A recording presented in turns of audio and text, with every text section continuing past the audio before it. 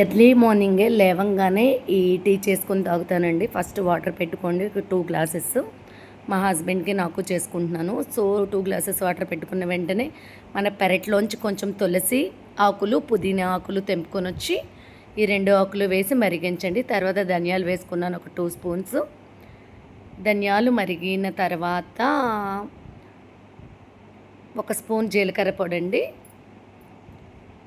జీలకర్ర పొడి కూడా వేసి మరిగిన తర్వాత నెక్స్ట్ వేసుకునేది వామ్ అండి. ఒక స్పూను వామ్ వేసుకున్నానండి.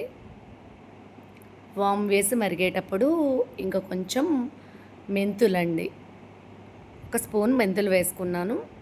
ఇవన్నీ కూడా బాగా మరగనివ్వాలన్నమాట అండి. సో ఇలాగ సిలసిలా మరగాలి. మరిగిన తర్వాత ఈ వాటర్ని మనం కప్స్లో డికాషన్ లాగా వడకపెట్టుకుని మనం ఎర్లీ మార్నింగే తీసుకోవడం వలన రోజంతా చాలా ఫ్రెష్గా ఉంటాము. ఎనర్జీ వాకింగ్ నుంచి వచ్చిన వెంటనే కూడా తాగొచ్చు. టీ కాఫీ బదులుగా గ్యాస్ట్రిక్ వచ్చేస్తుందని చెప్పి ఇట్లా తాగుతామన్నమాట అండి.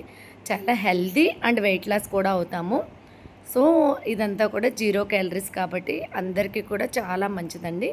ఈసారి అందరూ ఇలా ట్రై చేయండి. Thank you so much friends. Thank you for watching.